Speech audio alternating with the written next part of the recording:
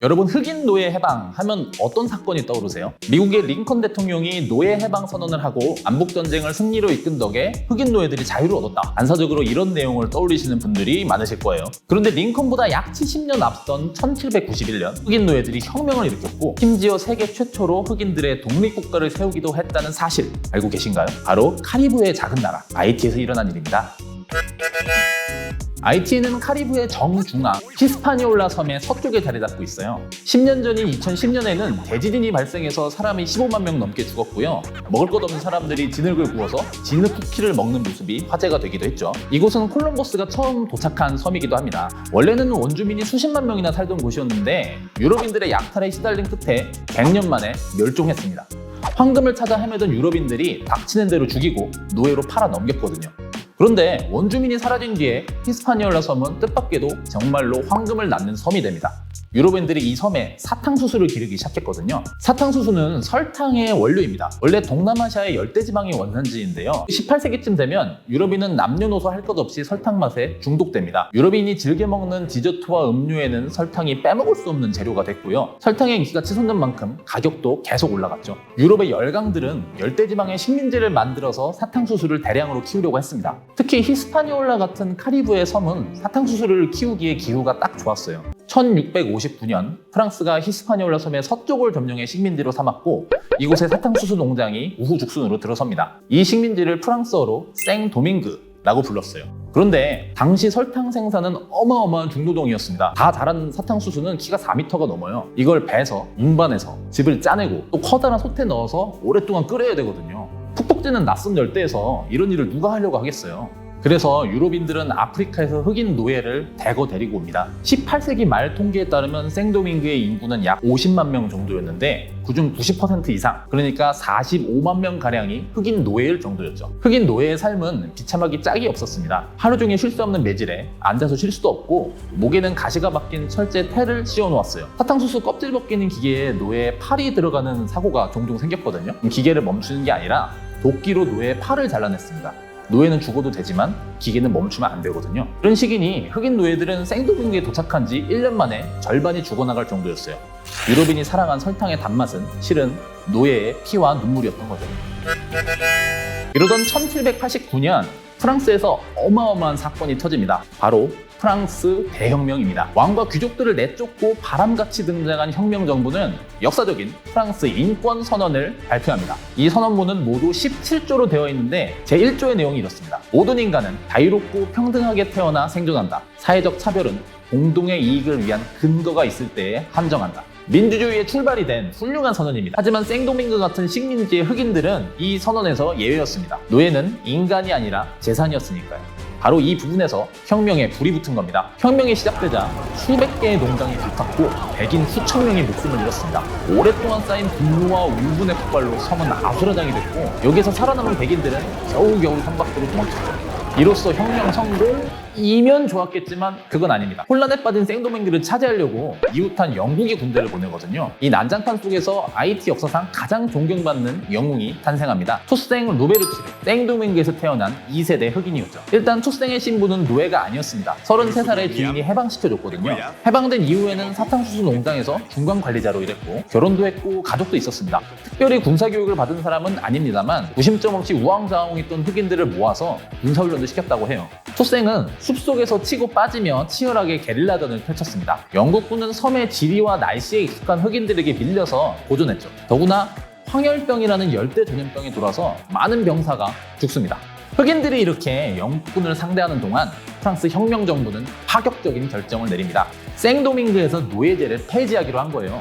노예제만 폐지하면 흑인들을 프랑스 편으로 끌어들일 수 있거든요. 그럼 영국을 밀어내고 생도밍그를 프랑스 식민지로 유지할 수 있겠죠. 노예제 폐지 선언을 반긴 흑인들은 프랑스 편으로 돌아섭니다. 투생도 프랑스군에 가담하죠.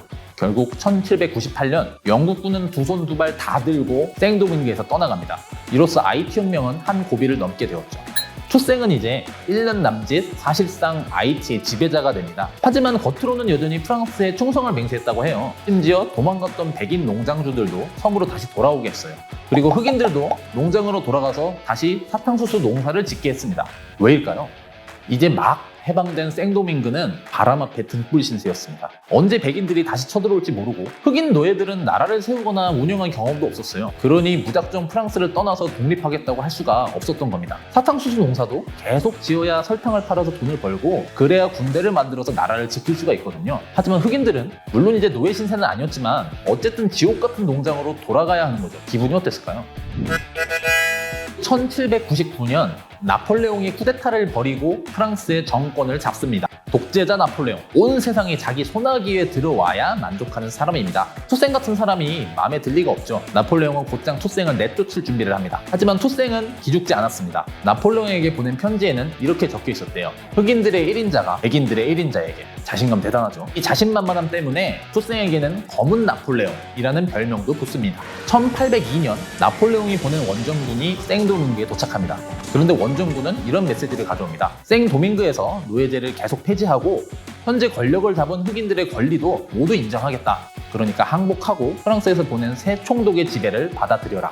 이 제안이 투생의 약점을 제대로 찔렀습니다. 그동안 투생에게 불만이 많았던 흑인 지휘관들이 프랑스의 약속을 믿고 하나 둘씩 항복했거든요. 끝까지 맞서 싸우려고 했던 투생도 결국엔 제 발로 걸어 들어가서 프랑스에 항복하고 맙니다. 그럼 프랑스는 약속을 지켰을까요? 당연히 아닙니다. 이게 다 페이크였던 거죠. 프랑스는 항복한 투생을 냅자 체포해서 감옥으로 보냅니다. 그것도 아예 바다 멀리 프랑스로. 투생은 외딴 감옥에 갇힌 채로 쓸쓸하게 최후를 맞이하죠. 투생이 잡혀간 뒤 생도밍그의 흑인들은 동요합니다. 곧 노예제가 부활할 거라는 소문이 파다하게 퍼졌고 다시 반란이 시작되죠. 궁지에 몰린 프랑스는 민낯을 드러냅니다. 생도밍그의 흑인들을 모두 죽이겠다며 대학살을 시작한 거죠.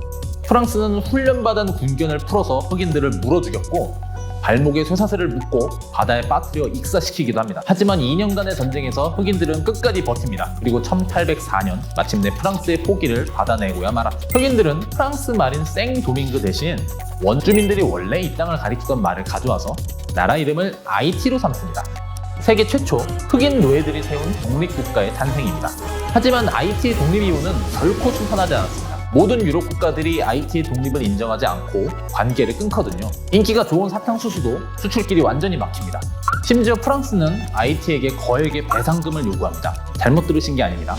프랑스가 아이티한테 배상금을 요구한 거예요. 아이티의 농장과 흑인 노예가 원래 프랑스의 재산이니까 그걸 돈으로 물어내라는 거예요. 그게 얼마냐면 1억 5천만 프랑. 당시 프랑스의 1년 예산이었고 아이티 10년치 수입에 해당하는 돈입니다. 정말 깡패가 따로 없습니다.